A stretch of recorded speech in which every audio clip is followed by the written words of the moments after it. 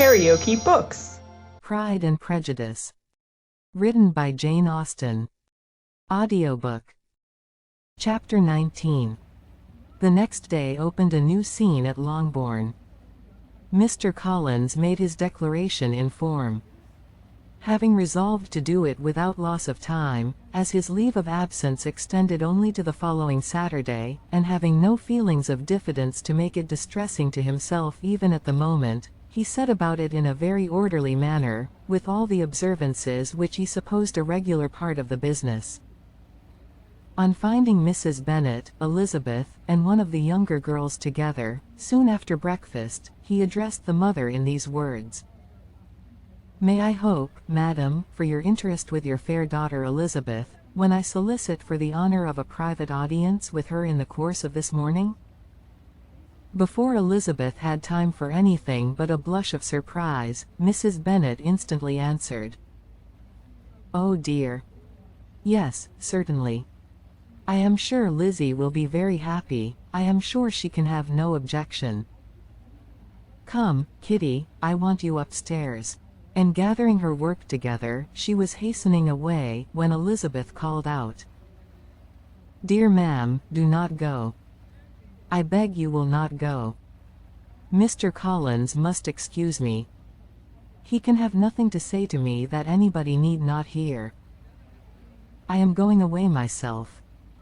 "No, no, nonsense, Lizzie. I desire you will stay where you are." And upon Elizabeth's seeming really, with vexed and embarrassed looks, about to escape, she added, "Lizzie, I insist upon your staying and hearing Mr. Collins." Elizabeth would not oppose such an injunction, and a moment's consideration making her also sensible that it would be wisest to get it over as soon and as quietly as possible, she sat down again, and tried to conceal, by incessant employment, the feelings which were divided between distress and diversion. Mrs. Bennet and Kitty walked off, and as soon as they were gone, Mr. Collins began. "Believe me, my dear Miss Elizabeth, that your modesty, so far from doing you any disservice, rather adds to your other perfections. You would have been less amiable in my eyes had there not been this little unwillingness, but allow me to assure you that I have your respected mother's permission for this address. You can hardly doubt the purport of my discourse, however your natural delicacy may lead you to dissemble. My attentions have been too marked to be mistaken. Almost as soon as I entered the house I singled you out as the companion of my future life. But before I am run away with by my feelings on this subject, perhaps it will be advisable for me to state my reasons for marrying, and, moreover, for coming into Hertfordshire with the design of selecting a wife, as I certainly did." The idea of Mr. Collins, with all his solemn composure, being run away with by his feelings, made Elizabeth so near laughing that she could not use the short pause he allowed in any attempt to stop him farther, and he continued. "My reasons for marrying her, first, that I think it a right thing for every clergyman in easy circumstances, like myself, to set the example of matrimony in his parish. Secondly, that I am convinced it will add very greatly to my happiness, and, thirdly, which perhaps I ought to have mentioned earlier, that it is the particular advice and recommendation of the very noble lady whom I have the honor of calling patroness.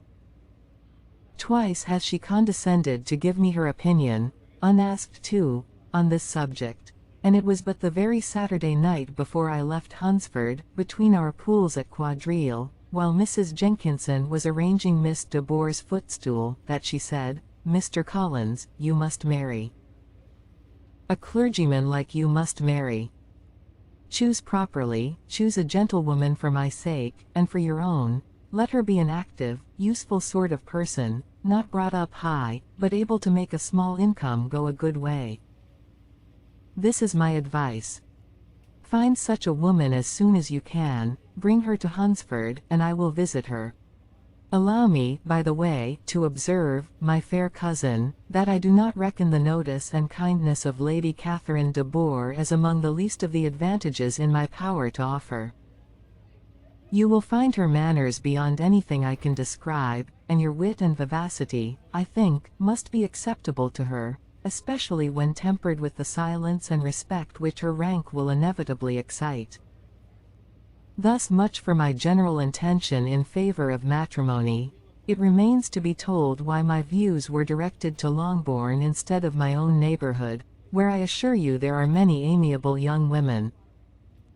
But the fact is, that being, as I am, to inherit this estate after the death of your honored father, who, however, may live many years longer, I could not satisfy myself without resolving to choose a wife from among his daughters, that the loss to them might be as little as possible when the melancholy event takes place, which, however, as I have already said, may not be for several years. This has been my motive, my fair cousin, and I flatter myself it will not sink me in your esteem. And now nothing remains for me but to assure you in the most animated language of the violence of my affection. To fortune I am perfectly indifferent, and shall make no demand of that nature on your father, since I am well aware that it could not be complied with, and that £1,000 in the 4%, which will not be yours till after your mother's decease, is all that you may ever be entitled to. On that head, therefore, I shall be uniformly silent, and you may assure yourself that no ungenerous reproach shall ever pass my lips when we are married. It was absolutely necessary to interrupt him now. "You are too hasty, sir," she cried. "You forget that I have made no answer. Let me do it without further loss of time. Accept my thanks for the compliment you are paying me. I am very sensible of the honor of your proposals, but it is impossible for me to do otherwise than decline them." "I am not now to learn," replied Mr. Collins, with a formal wave of the hand, "that it is usual with young ladies to reject the addresses of the man whom they secretly mean to accept, when he first applies for their favor, and that sometimes the refusal is repeated a second or even a third time. I am, therefore, by no means discouraged by what you have just said, and shall hope to lead you to the altar ere long." "Upon my word, sir," cried Elizabeth, "your hope is rather an extraordinary one after my declaration. I do assure you that I am not one of those young ladies, if such young ladies there are, who are so daring as to risk their happiness on the chance of being asked a second time. I am perfectly serious in my refusal. You could not make me happy, and I am convinced that I am the last woman in the world who would make you so. Nay, were your friend Lady Catherine to know me, I am persuaded she would find me in every respect ill qualified for the situation."